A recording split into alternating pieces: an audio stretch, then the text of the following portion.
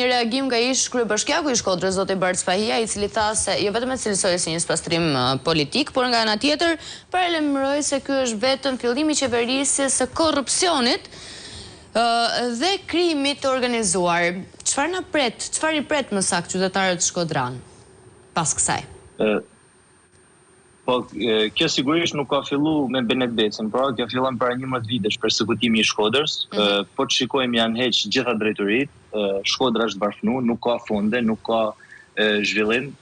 Përveç asaj që tha Zoja Shkreli në lidhje me njoftjen e qytetit, zoti Beci nuk njeh as historinë e qytetit Shkodrës, sepse Shkodra ka kenë Europë, pa kenë Europë. Domethënë ka kenë simfonia parë, teatri parë, ka kenë një qytet shumë i zhvilluar. Universiteti për shembull është drejt mbylljes. Ka klasa me 3-4 studenta, me 5 studenta. Dhe ajo që na pret është një situatë e paralajmëruar nga opozita shqiptare, e cila do të vazhdoj edhe më tej me zotin Becin krye, sepse në Shkodër është një qendër frikët, pra. Çështja e bandave është problem shumë serioz.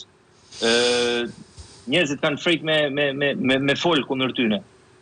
Dhe siç e thash, pra nuk do të ketë as zhvillim, as bëme pa faqen e bashkisë. Ka lajmërime, pra erdhi me projektet e mëdha që do ta kthete në Sarajet e Veriut Shkodre, me investime, me ato projekte 3D.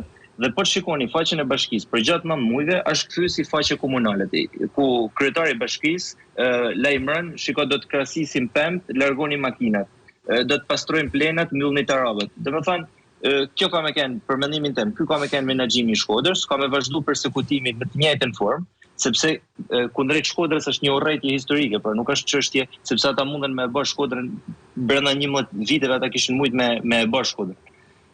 Unë besoj që kjo situatë ka me vazhdu në të njëjtën formë. Fatkeqësisht. Domethënë Shkodra, unë e them shpesh, Shkodra nga kryeqendër rajonale, nga kryeqendër e djepi kulturës e tjerë, është u reduktu pra në kryeqendrën e Krapit. Në Shkodër shkohet vetëm për me hangër krap dhe nuk i ka met më asnjë lloj institucioni, nuk ka asnjë lloj funksionit administrativ si qytet më. Dhe edhe pak për mendimin tim edhe universiteti po shkon drejt njëjtës rrugë. Po ekipet sportive kanë të njëjtin fat?